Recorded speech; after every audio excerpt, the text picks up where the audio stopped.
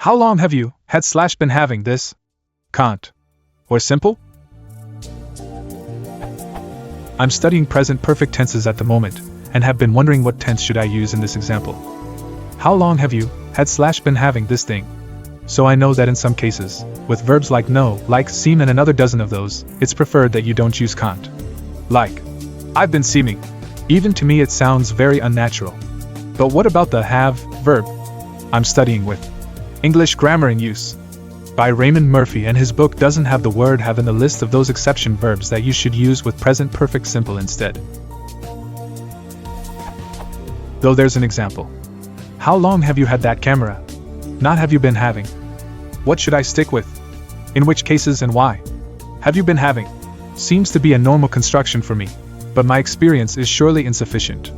Is it just an exception like, I've known for a long time, instead of, I've been knowing for a long time?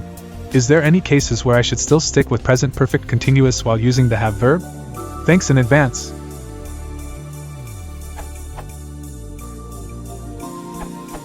You would use had for a possession or other permanent object like the camera in your example.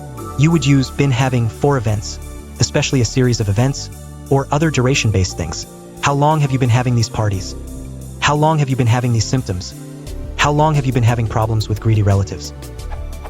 As at Andrew Leach noted, the event/occasion/occurrence must be continuing in the present, or you would use had been instead of have been. How long had you been having these parties? Since graduating from college, but I had to stop last month after the police issued a restraining order. You don't normally use present perfect with stative verbs, have, be, like, seem, prefer, understand, doubt, know, etc. Here's a longer list. In general, they apply to states that last for some time. In some contexts, such as how long have you had / been having these symptoms, there's no real difference. Arguably, been having calls more attention to the fact that you're still having the symptoms, but I doubt many people would consciously either make or hear that distinction. A rule of thumb for to have is, when it means to experience, you might want to use present perfect. When it means to own, you almost certainly don't. Here's an example for to be using the slightly unusual present perfect in a construction which is perfectly valid, and is probably the most succinct way of expressing the intended meaning. By now the new cook will have been being introduced to her duties for several weeks.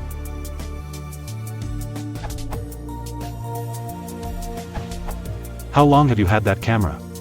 The following sentence, if we add context to it, could be, when did you buy it? / when did you get it?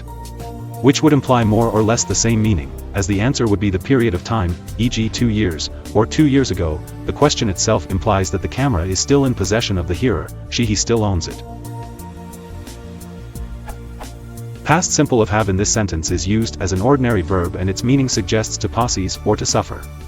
But it is not the case. The use of present perfect is correct in this sense, as has the reference to the present moment. Present perfect continuous form would suggest, to me, I am not a native speaker though, that you have been carrying something with you for a certain amount of time. Martinet in his A Practical English Grammar suggests that, as you correctly have noticed, that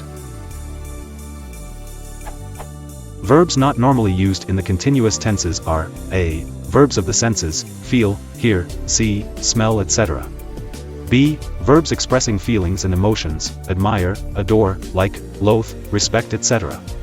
c. Verbs of mental activity, agree, forget, know, recollect, understand, etc.